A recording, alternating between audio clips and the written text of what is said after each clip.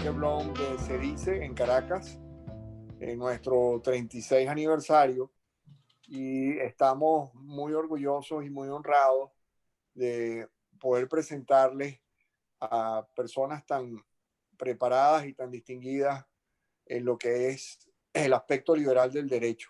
No hay duda que sin Estado de Derecho no hay libertad individual.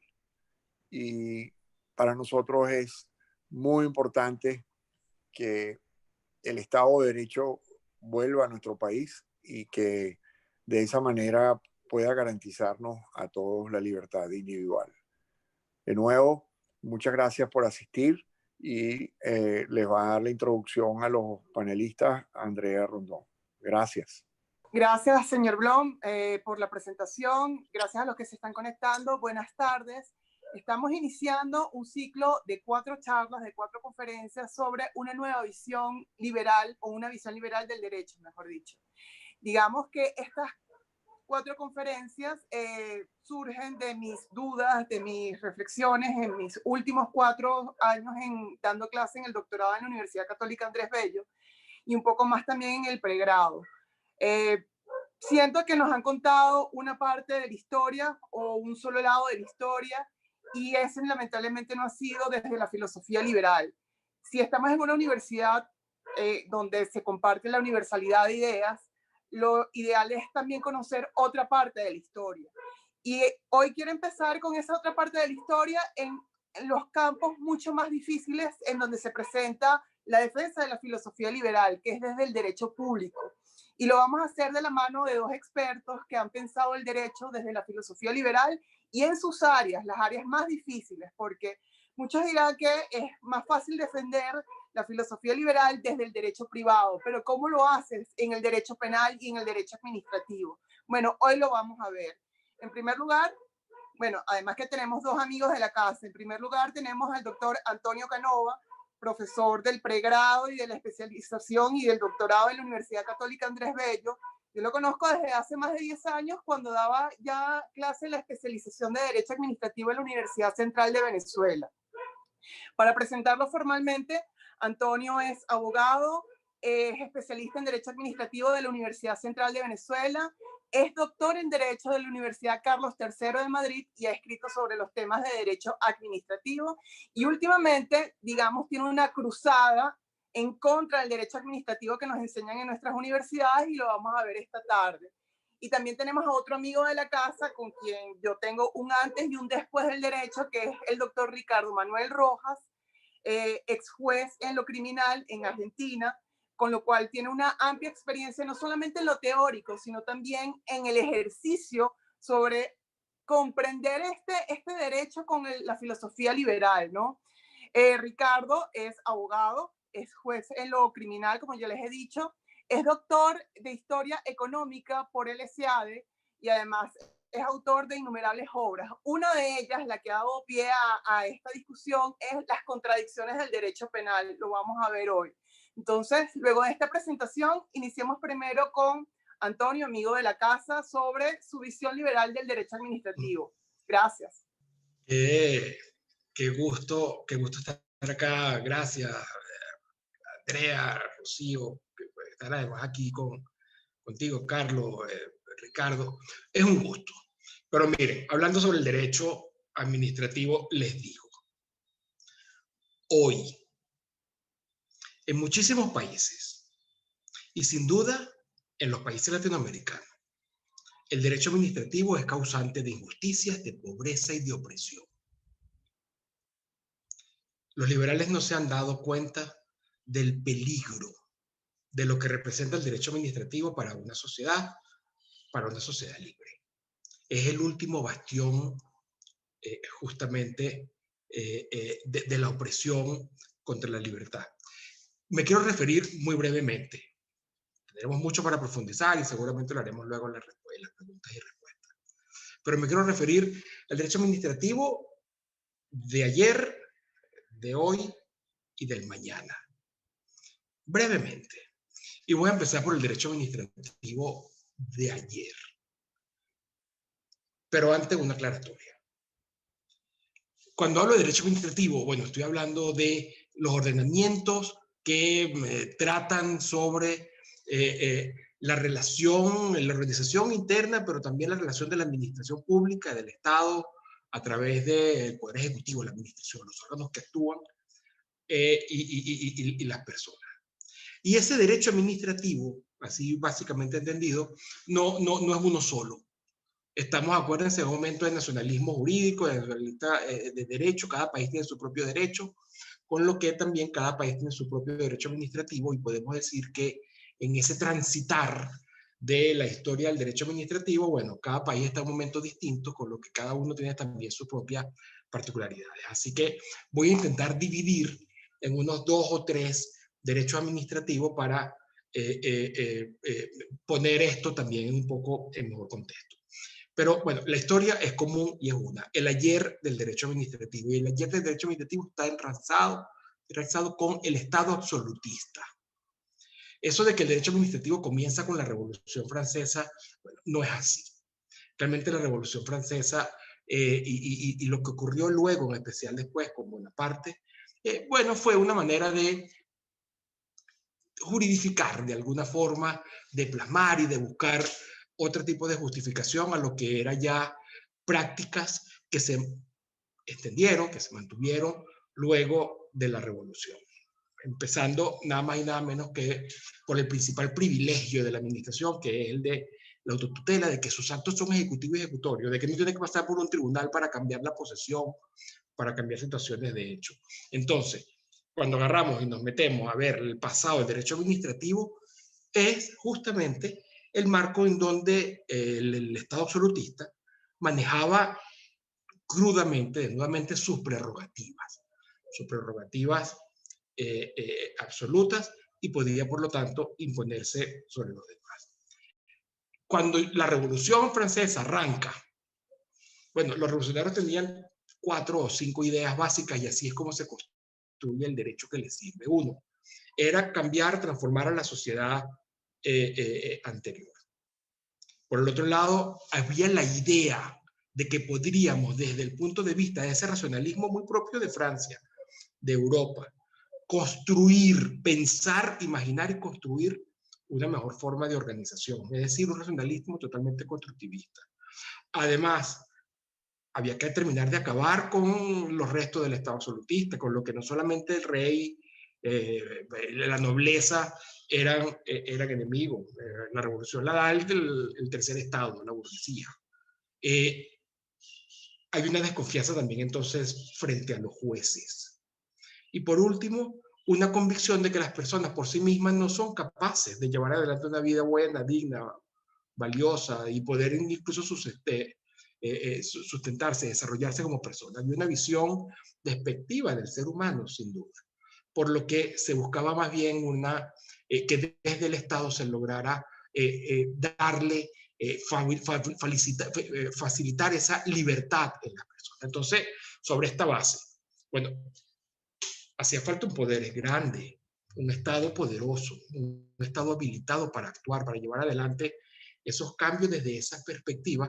Bueno, para eso fue el derecho administrativo. El derecho administrativo es un derecho que termina avalando esas acciones del Estado. Es un derecho hecho por el poder, para el poder. Y eso, si ustedes ven la historia concretamente de Francia, en el siglo XIX, bueno, fue una historia de eso, de revoluciones, contrarrevoluciones, populismo.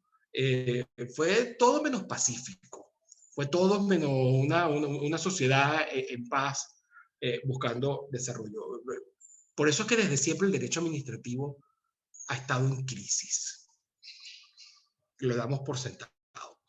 Miren, cuando damos un paso más adelante, nos metemos ya en el siglo XX, esa crisis lleva a que se cuestione el derecho administrativo como el derecho de la administración, y pasa a ser el derecho de la actividad administrativa. Pasa a ser el derecho ya de la función en beneficio del interés general, pasa a ser un derecho se intenta como objetivizar ese derecho. Es la actividad lo que justifica entonces todas esas prerrogativas. Ahí salen teorías como los servicios públicos, el interés general. Se corresponde entonces con la visión del Estado social. Ese Estado social, posiblemente paradigmático, sería la República de Weimar en Alemania. Ese Estado social necesitaba un derecho administrativo que ya no como un rey con corona, porque ya la misión no tenía la corona, pero sí que cada vez que actuara en beneficio del interés general estuviese dotada de esas prerrogativas. La prerrogativa sigue siendo la marca del derecho administrativo. Claro, también entonces hay que buscar la forma de hacer malabares, esas prerrogativas que no signifiquen una violación de los derechos de las personas. Entonces tenemos a un Estado, por un lado, que es lo que pretende el Estado social y el derecho administrativo social, que pretende, por un lado, darle privilegio, prerrogativas, poder a la administración para que haga todo eso, pero por el otro lado, controlarla, limitarla para que no lo haga violando los derechos de los demás. Es algo así como el derecho administrativo vendría a ser como las instrucciones que uno le da a un león cuando lo mete en su casa, para que no te ataque, sino que más bien te sirva. ¿Qué sale de allí? Crisis. Nunca se logra ese objetivo. Es imposible, es antagónico, es contradictorio. Entonces, todas esas figuras que cuando se las nombren se van a dar cuenta, en especial lo que se dedica al derecho administrativo, que las vivimos, que parte de nuestro derecho administrativo, todas esas instituciones como la ejecutoriedad, que los actos son ejecutivos y ejecutorios, cláusulas exorbitantes, potestades reglamentarias, poderes extraordinarias, un control judicial diferente, una amplia capacidad de la administración para regular, para intervenir en la vida de la gente, organizar la sociedad, en especial en la economía, una gestión económica que haga el Estado, que haga la administración con su reserva en ciertas actividades, monopolio en otras, en quedarse con las cosas más importantes para la gente y bueno, y también para los gobernantes, como por ejemplo la prestación de derechos sociales, la educación. Bueno, ese es el derecho administrativo de hoy, por lo menos en países como Venezuela, sin duda, pero básicamente en Latinoamérica hay muchos países también europeos. Y como bien se sabe, si uno le da poder a los gobiernos, bueno, terminarán en algún momento abusando de él. Se llama a la demagogia, al populismo y de ahí la tiranía. Hay otro tercer derecho administrativo, un tercer derecho administrativo que se podría ubicar en Europa del Norte. Cuando justamente el Estado social lleva a la destrucción de Alemania con Hitler y la guerra, aparece entonces una transformación de Alemania. Allí ya se deja el Estado social, se cambia más bien por las ideas del ordoliberalismo, también llamado neoliberalismo. Son las ideas de la Escuela de Friburgo, son las ideas que lleva a cabo Ludwig von Herder. Esas ideas en la economía, que supone que el Estado ya no intervenga directamente en la economía, que el Estado no participe allí, que no regule, que apenas se encargue de asegurar la competencia efectiva. Un Estado donde ya está muy limitado en esos aspectos, también tiene su propio derecho administrativo. Es un derecho administrativo distinto, es un derecho administrativo que ya ahora sí se enfoca más en satisfacer a las personas, el interés general, pero a través de la dignidad humana o de esa libertad de las personas. Que ese derecho administrativo funcione y sea estable, no. De hecho, si uno ve la historia de la administración en Alemania, incluso en los países nórdicos, bueno, también tienen unas fluctuaciones menos que la del Estado social, menos que el derecho administrativo social, pero también tienen sus fluctuaciones, momentos en que crece mucho, momentos en que tienen que adelgazarla por la fuerza. El punto es, y es a lo que yo quiero llamar la atención, con el derecho administrativo del Estado social, con ese derecho administrativo social, estamos condenados. Aquí es que nos jugamos de verdad la libertad de esta sociedad, y estoy hablando no solamente que ya la perdimos en Venezuela, sino de los países latinoamericanos e incluso estos países europeos del sur. Ahora, les decía, también quiero hablar del futuro, y yo veo que se están dando cambios tales que prometen. Yo en ese sentido soy optimista. Y veo que lo que va a cambiar el derecho administrativo, más que el modelo muchísimo mejor, y ese ya obviamente vamos, de los países nórdicos o de Alemania, lo que va a cambiar es la irrupción de la ciencia y la tecnología. Yo les recomiendo que vean, hace poco acá se dice, estuvo el profesor Klaus Jaffe, una charla que se llama Libertad, Evolución Social y Tecnología. Véanla. Les recomiendo que la vean, porque allí el profesor Jaffe plantea algo que los liberales tenemos que tomar en cuenta, que es que no podemos seguir hablando de la libertad desde un punto de vista subjetivo, como parte de la voluntad o incluso como contraparte de la responsabilidad. Hay que comenzar a ver la responsabilidad, la libertad desde un punto de vista objetivo. Y si es objetivo, es decir, grados, cuotas de libertad, lo podemos medir. Podemos medir cuando somos más libres porque, por ejemplo, tenemos más productos para que comprar, porque tenemos más opciones al momento de decidir a dónde llevar a nuestros hijos al colegio, porque tenemos, en definitiva, más libertad de actuar, de decidir. Entonces, si vemos la libertad desde ese punto de vista y enganchamos eso con el derecho y le aplicamos método científico al derecho y en especial al derecho administrativo, yo creo que se podría avanzar muchísimo. ¿En qué aspecto? Bueno, primero, la tecnología va a dejar como un cascarón vacío al Estado. Ya lo está haciendo. O sea, ¿quién va para un registro público si tiene el blockchain para registrar los documentos y darle fe pública? ¿Quién va a un tribunal público estatal si hay formas de resolver controversias, no solamente a través de arbitraje, sino incluso utilizando inteligencia colectiva? Y tienen el ejemplo, por ejemplo, de Clero, por ejemplo. O el dinero. ¿Quién se queda con el dinero teniendo las criptomonedas y el Bitcoin? Si lo vemos así, cada vez más el Estado va a quedar sin competencia porque las presta muy mal, con lo que la tecnología, a pesar de todo y con sus reveses, va a ser un instrumento en ese sentido de que va a cambiar la postura, la posición de las personas frente al Estado y por lo tanto a este mismo. Pero además, y ya con esto termino brevemente, ¿cómo puede impactar la ciencia en el derecho, en especial el derecho administrativo? Bueno, lo primero, la ciencia nos va a traer para el derecho administrativo la utilización de un lenguaje común, que es el lenguaje evolutivo. El derecho administrativo, que siempre es creado de arriba hacia abajo, fruto de esa visión constructivista, bueno, poco a poco va a perder legitimidad, porque el derecho realmente sale es de abajo, de la gente, y es una institución social evolutiva, con lo que bueno, de eso podríamos conversar.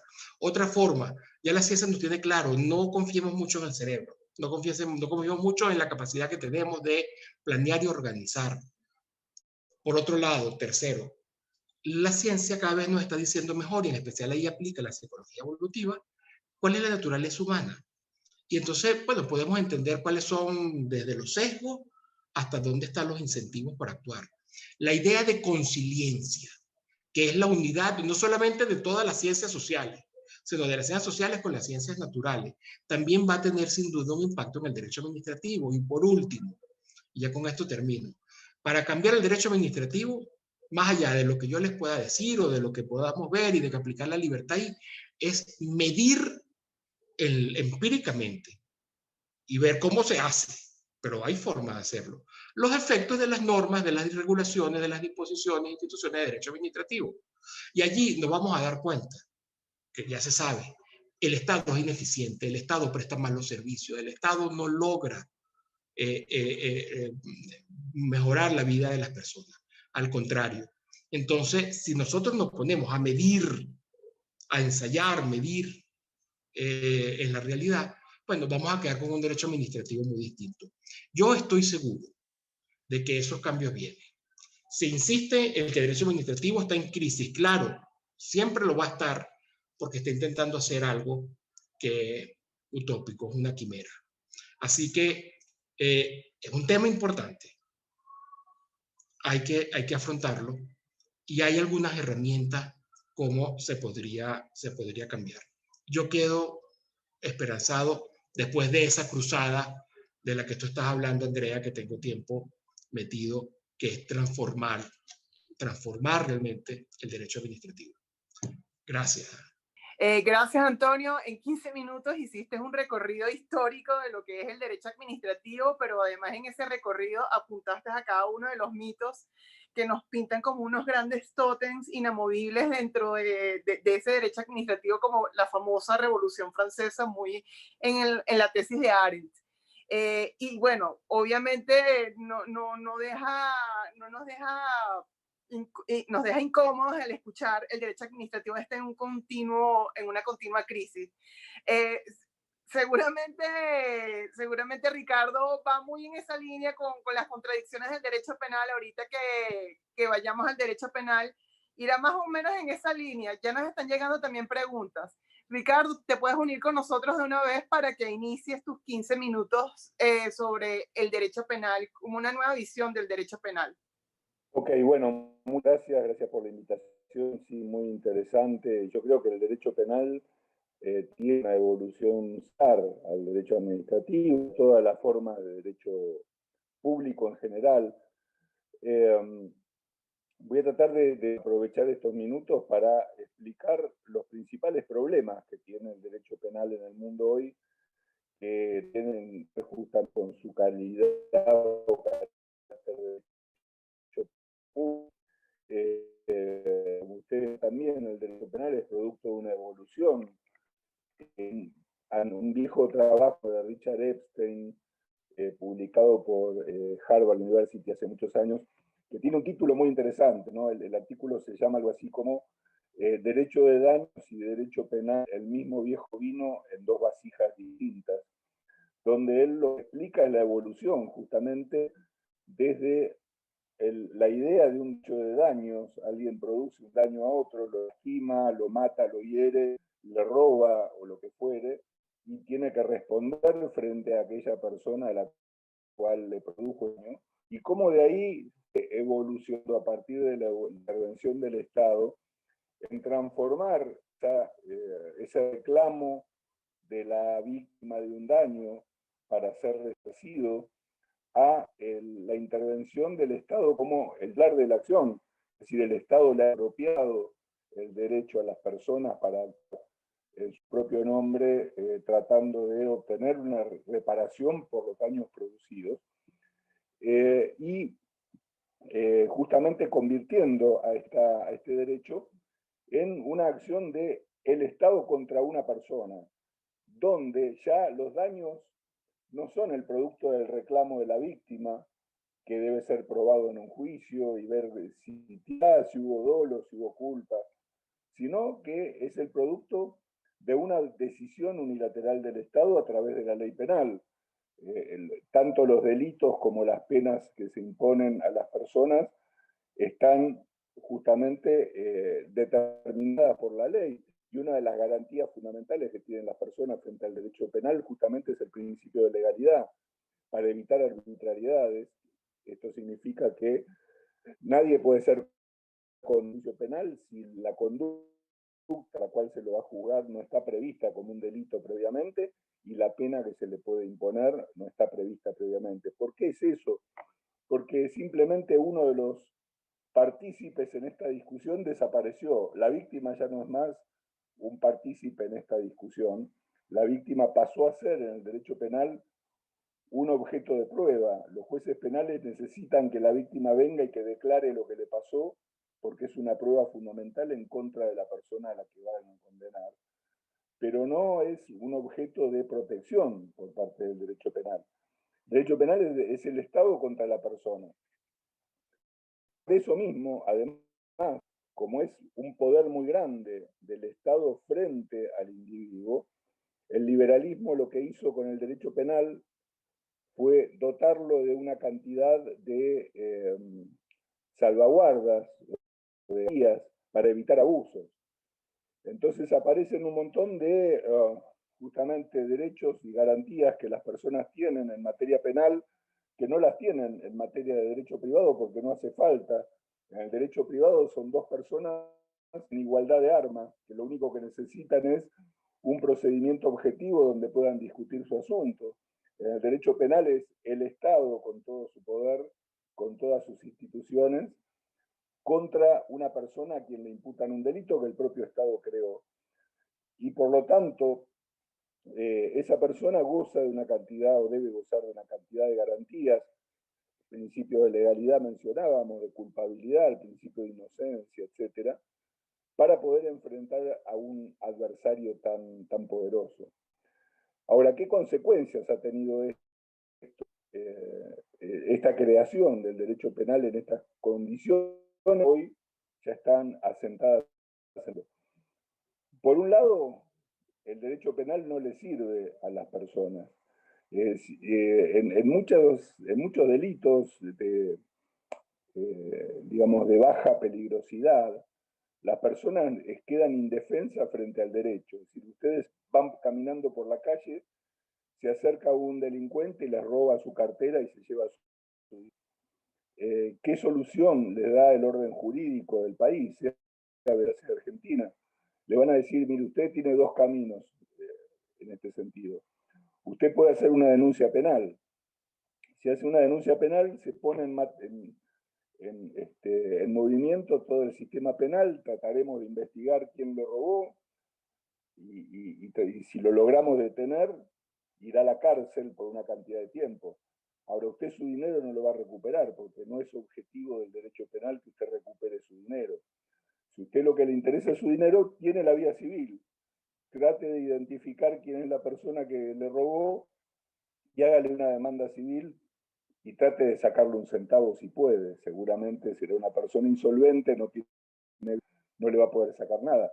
De modo que usted, frente a un delito, frente a un crimen que se comete contra suya, una violación de derechos, queda desprotegida. Ni el derecho penal ni el derecho privado le están dando, en principio, una solución.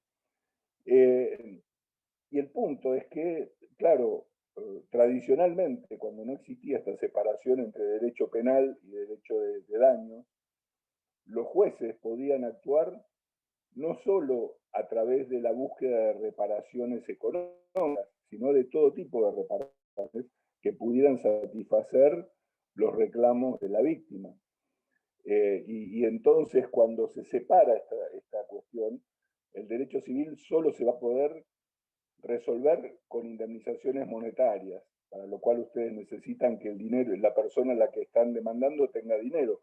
Si es un ladrón que no tiene bienes, no les sirve. Mientras que el otro sistema, que tiene una posibilidad de investigación mucho mayor, tiene todo el poder del Estado y todo lo demás, en realidad no está para proteger sus derechos, está para hacer cumplir la ley. Esto es para que el que comete una acción que la ley define como delito pueda ser castigado con las penas que el propio Estado establece en su catálogo de delitos, de penas. Y ustedes se quedan mirando para un lado y para el otro como un partido de tenis y en realidad nunca ven que sus derechos sean protegidos. Y esto hace que haya una cierta indolencia por parte de las víctimas. Mucha gente es robada y ni siquiera se molesta en hacer una denuncia porque pierde más en cumplir con las formalidades de ir a declarar, etcétera, que lo que puede esperar del sistema en su favor. Y esto tiene que ver, bueno, con esto. El derecho de las personas fue expropiado por el Estado y el Estado se arrogó la facultad de actuar ya no en nombre del derecho de las víctimas, sino en su propio nombre y para su propio provecho. Con el agravante de que uno pensaba que el sistema era más o menos liberal en el sentido de que los bienes jurídicos que se protegen por el derecho penal están vinculados con derechos individuales. En buena medida esto ha sido así durante mucha parte de la historia, es decir, hay delitos contra la vida, el homicidio, hay delitos contra la integridad física, las lesiones, hay delitos contra la propiedad, el robo, la estafa, hay delitos contra la libertad, el secuestro, que son obviamente delitos que el Estado persigue y que de alguna manera se refieren a crímenes cometidos contra los derechos individuales de ciertas personas. Pero el Estado no tiene límites en este sentido y por lo tanto rápidamente en la historia del derecho penal, el Estado fue incorporando como delitos un montón de actividades que no tienen nada que ver con la violación de derechos individuales concretos, con la violación de bienes jurídicos vinculados con derechos individuales, sino que son intereses propios del Estado, ¿no? El no cumplimiento de regulaciones económicas da lugar a delitos que pueden llevarlos a la cárcel.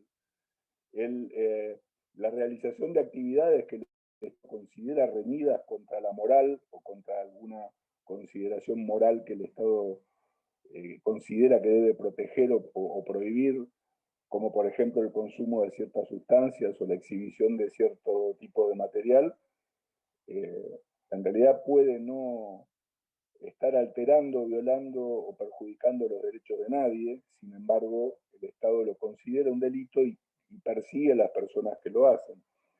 Y esto ha dado lugar a lo que en buena parte de la bibliografía se conoce como los delitos sin víctimas. Esto es, delitos que en realidad no están previstos para proteger los derechos individuales de personas concretas, sino para proteger intereses que el Estado tiene. Y estos delitos son cada vez mayor cantidad. El Estado utiliza el derecho penal para la persecución de aquellas actividades que no le interesa que se lleven a cabo. Y entonces aquello que nació como la intromisión del Estado para perseguir el crimen contra las personas, se convirtió con el tiempo en una herramienta que muchas veces está al servicio del propio Estado para garantizar el cumplimiento de sus propios actos. Todas las regulaciones económicas del gobierno contienen algún tipo de amenaza con una sanción penal, porque de lo contrario no tendría sentido. Si yo a ustedes les digo, ustedes tienen que pagar los impuestos, pero si ustedes no pagan los impuestos no tienen ninguna sanción, nadie los pagaría. Entonces cualquier cosa que el Estado quiere que ustedes hagan o que no hagan, va a ir acompañado de la amenaza de una pena. Y el derecho penal se ha convertido en eso. Con el agravante de que aquellas garantías constitucionales que el derecho penal liberal había armado alrededor de las personas para que pudieran enfrentar al poderoso Estado que lo quiere meter preso, con el tiempo también se han ido relajando. Hay un gran penalista, uno de los más grandes penalistas contemporáneos alemanes, Gunther Jacobs,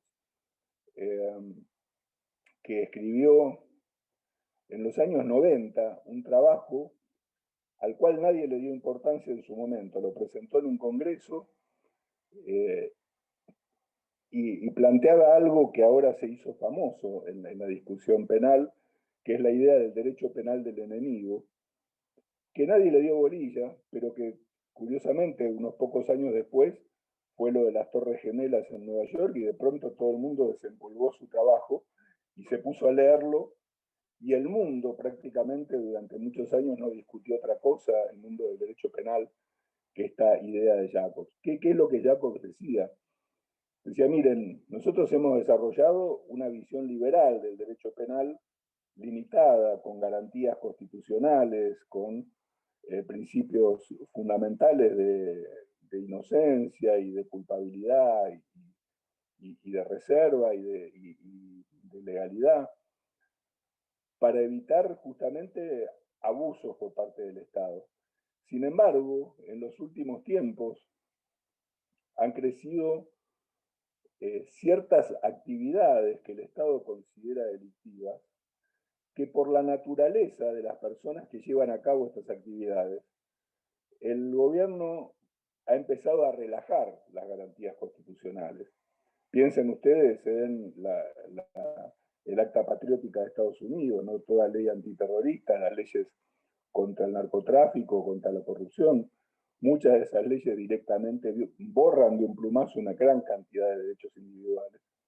Y entonces Jacob lo tomaba de dos caminos. Por un lado decía, curiosamente, tomando la idea del estado de naturaleza jovesiano y de la entrada al pacto social o a la sociedad civil, decía, en general los delincuentes son personas como cualquier otra, que respetan básicamente los derechos de los demás, salvo cuando cometen un delito.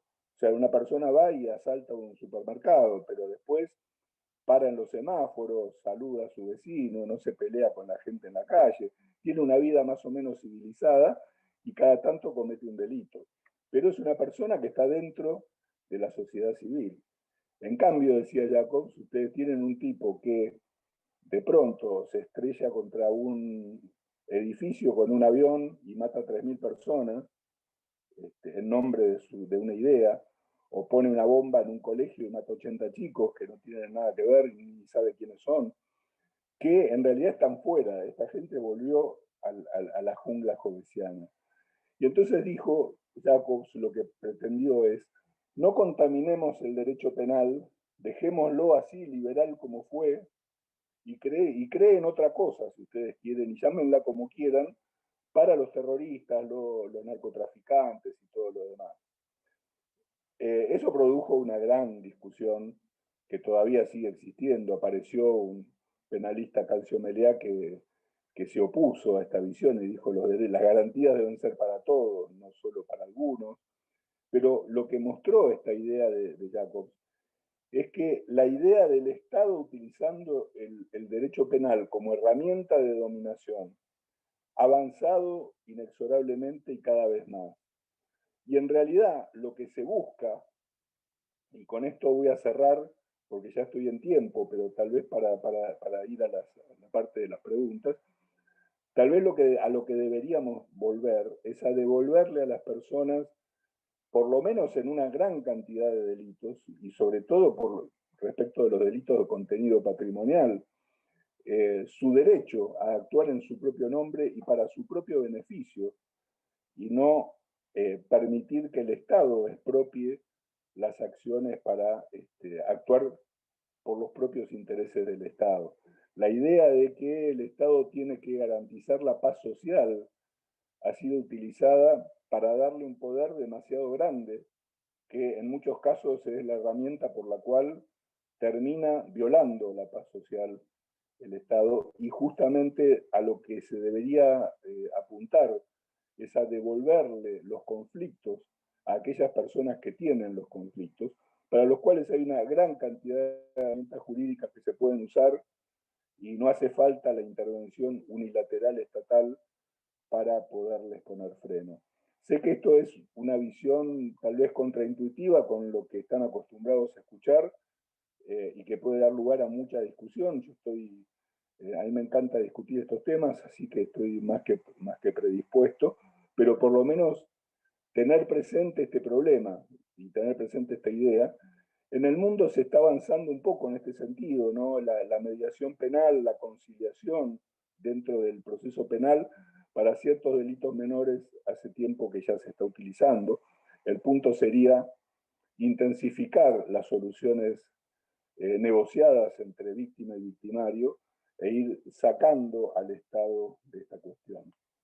Sí, esta sería mi primera intervención y te devuelvo entonces, Andrea, la palabra. Gracias, Ricardo.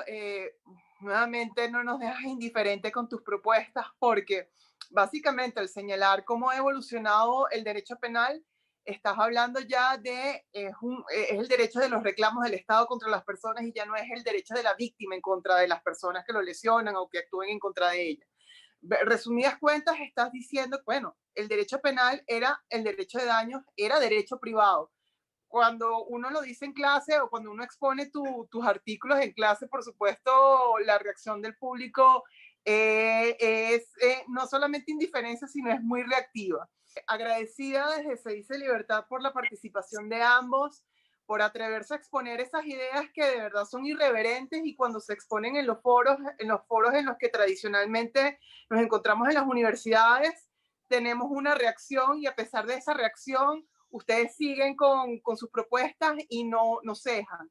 Desde Se Dice Libertad, nuevamente, le agradecemos su participación en este ciclo, un ciclo de 4 que vamos a continuar en los siguientes viernes. Sigan activamente, sigan en sus redes a Antonio Canova, el profesor Antonio Canova, y a Ricardo Manuel Rojas, porque son muy activos en sus redes y tienen siempre propuestas incluso durante la pandemia, propuestas virtuales que, bueno, es lo que tenemos ahorita y cualquier duda con lo que hayan quedado ahorita, porque no me dio chance de leer, muchas preguntas hubo en el chat, pero bueno, se las podrán hacer en redes. Desde CEDICE los invitamos también a continuar con nuestras actividades. La próxima semana, el lunes, continuamos con la experiencia liberal, que es son discusiones sobre una publicación que se hizo con ocasión a los 35 años de CEDICE Libertad, y son discusiones sobre la compilación de 16 artículos de profesores que participamos sobre una visión liberal o una propuesta liberal para Venezuela. Rocío, unas palabras finales. Bueno, no sé si Rocío está en gracias, Andrea. Carlos, que no los tenía. Aquí estoy. No, muchísimas gracias, Andrea. Carlos va a dar las palabras, pero yo he aprendido muchísimo el día de hoy, pero muchísimo. Así que muchísimas gracias a Antonio Canova y a Ricardo Manuel Rojas, que de verdad son unas clases magistrales. Muchísimas gracias. Carlos Enrique, te paso la palabra para cerrar. Igualmente, Rocío, la verdad que estos defensores adalides del Estado de Derecho nos han dado a nosotros los menos conocedores de estos temas mucho que pensar. Muchísimas gracias, y en CEDICE estamos muy contentos de poder tener esta serie de conversaciones, y creo que le daremos la mejor importancia con un poquito más de conocimiento a lo que es el Estado de Derecho para poder tener libertad individual. CEDICE les da entonces la despedida, y muchísimas gracias de nuevo por su contribución. Buenas tardes. Buenas tardes, saludos, cuídense. Gracias.